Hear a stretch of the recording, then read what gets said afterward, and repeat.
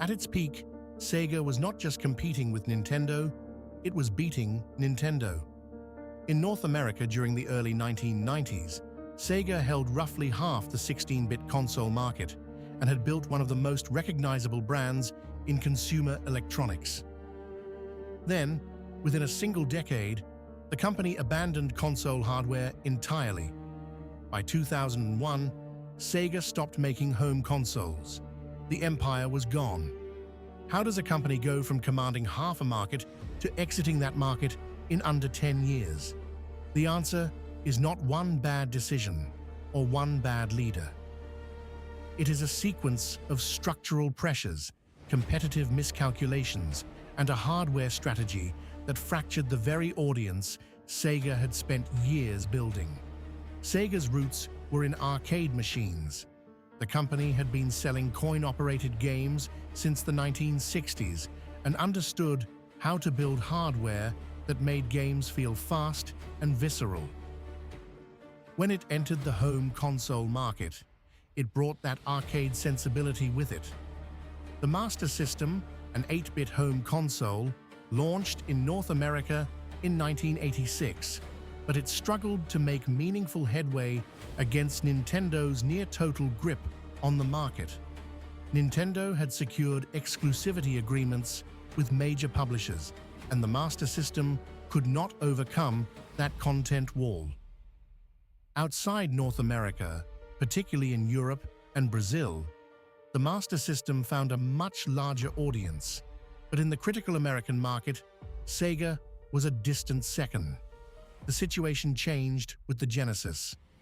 Released in Japan in October 1988 as the Mega Drive and in North America in August 1989 as the Genesis, Sega's third console was a 16-bit machine designed to look and feel generationally superior to the aging Nintendo Entertainment System.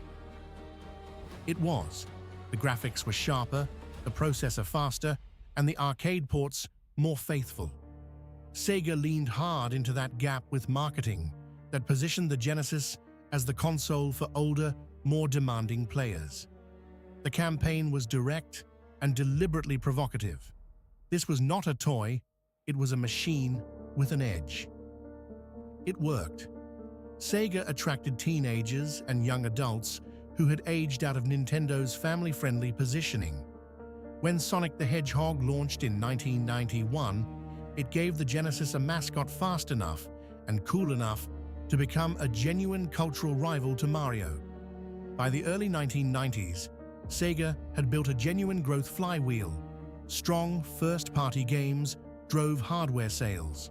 Hardware sales attracted third-party developers. More software deepened the platform. The brand carried real attitude. An attitude in the early 90s was a competitive advantage. Sega was in music videos, on playgrounds, in the language of youth culture. The Genesis became one of the best-selling consoles of its generation. Then, Nintendo responded with the Super Nintendo Entertainment System in 1991, and the console war became a two-platform race with roughly matched hardware and a nearly even audience split. Sega held its own, but while it was focused on that horizontal battle with Nintendo, a vertical threat was forming underneath both of them. The hidden crack in Sega's foundation was organizational and strategic, not technical. Sega operated across multiple semi-autonomous divisions, American, Japanese, and European, that did not always move in the same direction. That tension became visible in hardware decisions. Sega released the Sega CD add-on in 1992 and the 32X in 1994, both designed to extend the Genesis hardware platform before the company was ready to launch a true next-generation console. Neither add-on succeeded commercially in meaningful terms.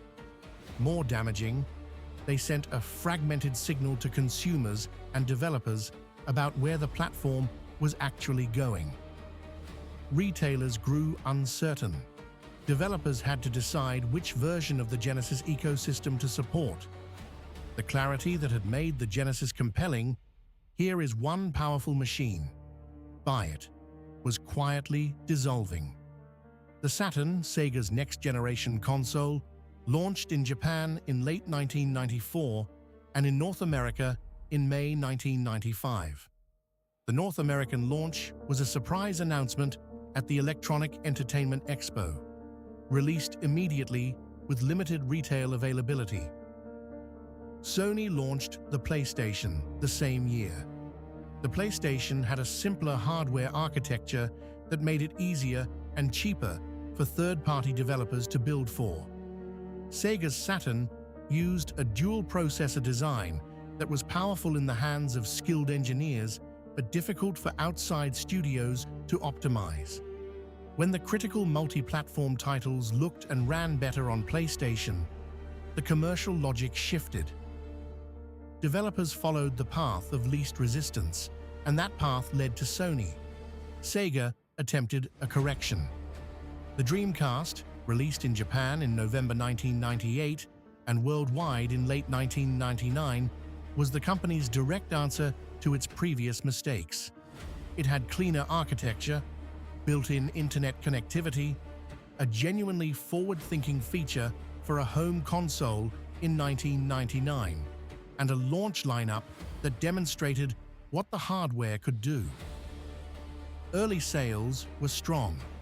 For a brief window, the Dreamcast looked like it might be the turnaround, but the accumulated damage was structural.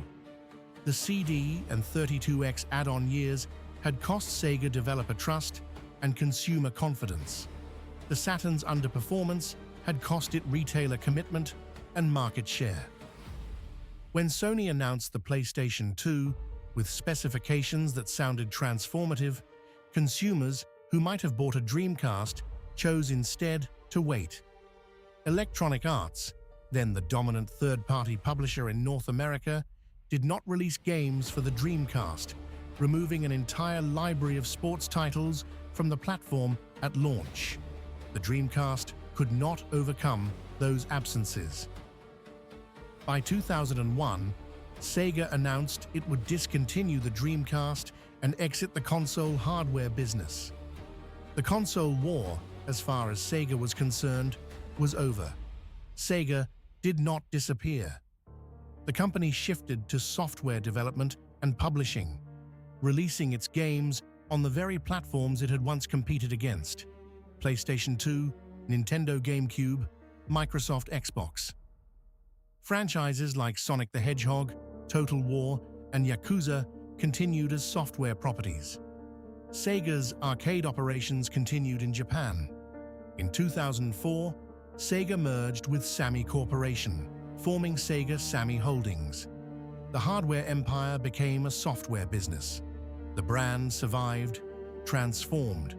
The industry consequence was more permanent.